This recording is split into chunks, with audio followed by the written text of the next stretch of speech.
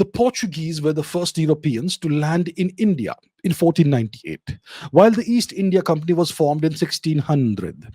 Why didn't the Portuguese occupy India on the scale of the British Empire, despite having a century long head start?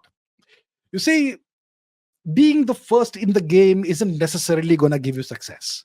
And this is a great example of that. And the same applies in business also. You may be the person who discovered a new product, or came up with an invention, but it's not necessarily you who's going to you know create a monopoly. Somebody else will do it better than you, sometimes. So the Portuguese, they, Vasco da Gama, that fellow, he landed in India in 1498. So, and the British did not even begin thinking about India in a structured way until the formation of this joint stock company, the East India Company, in 1600. So the Portuguese had more than a century of a head start over England. And yet, what happened eventually? The English took over in India, and the Portuguese were simply elbowed away, right? And you see similar things happening in other parts of the world as well. For example, in North America, who discovered La Florida? Who did the first expeditions into the North American, what is now the United States? It was the Spaniards and also the French. But who ended up ruling the what is now the United States and Canada, North America, all of it? The English once again. So the English came in much later, and yet they ended up ruling it. So there is something about what the English do that's different from what the other Europeans do. So let's think about the Portuguese approach to whatever, to colonial practices, let's say, to plunder. So what was the main aim? What was the main strategy of the Portuguese? See, the Portuguese, first of all, you to understand, it's a very small nation. Around 1600, which is more than a century after the Portuguese came to India first, around 1600, the population of Portugal would have been about 1 million. And the population of England around 1600 was about probably more than 4 million, at least 4 million. So it's a 4-to-1 advantage the English have right away over the Portuguese. Now, the Portuguese strategy was to establish a monopoly in sea trade via control of ports, coastal areas, ports, choke points, Malacca, Hormuz, etc. Malacca is something they controlled. Hormuz, Strait of Hormuz, the Persian Gulf, between the Persian Gulf and the Western Indian Ocean, they controlled that as well also for a while. They also took over Diu in Gujarat. What else? Vasai in what is Maharashtra, Vasai and Salsette, which is present-day Mumbai, Goa as well. So it's all coastal areas. And the Portuguese were far-flung. At the same time, they were trying to control parts of India, the coastal regions of India. They also had, possessions in South America, which eventually became Brazil. So they were spread thin, and their strategy was to monopolize sea trade via ports and choke points in trade routes. Now, how was the Portuguese enterprise, colonial enterprise, funded? It was funded by the crown of Portugal, right? The crown of Portugal, the king of Portugal would fund this.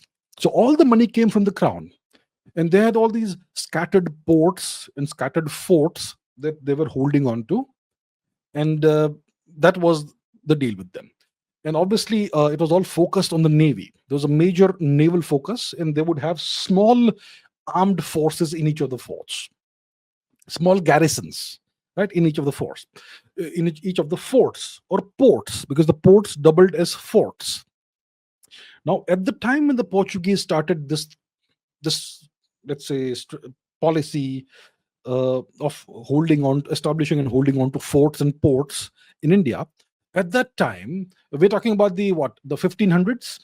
That's when you don't have a centralized empire in India. You have the Turkic Mughal kingdom, which eventually becomes the Mughal Empire. But when the Portuguese first came, it was not yet the Mughal Empire, because it becomes the Mughal Empire under not Ashok, sorry, the other guy, Akbar, Jalaluddin Akbar. He is the the king who transforms the kingdom into an empire. So when the Portuguese were doing the thing, it was still a kingdom, and it was not central. It was not spread across India. India was still fragmented in various kingdoms, etc. Which is why the Portuguese were able to establish ports and forts. Um, so that was the deal about Portugal. Then you have British India. Before we come to British India, so we have by the time the 1600s happen, the Mughal kingdom has become a Mughal empire. It's big, it's spread out, and they are absolutely not going to tolerate any expansion of Portuguese rule, etc., in India, which is why the Portuguese could not do a thing. And because they were spread so thin, and they had so many possessions across the world, and they were funded by the crown and not by anybody else, the funds were less, etc., and which is why they did not do well. Now, when it comes to the British, see, their strategy was very different. Their strategy was to form joint stock companies which were not funded by the crown. Okay, private companies, a bunch of wealthy businessmen get together, they pool their funds.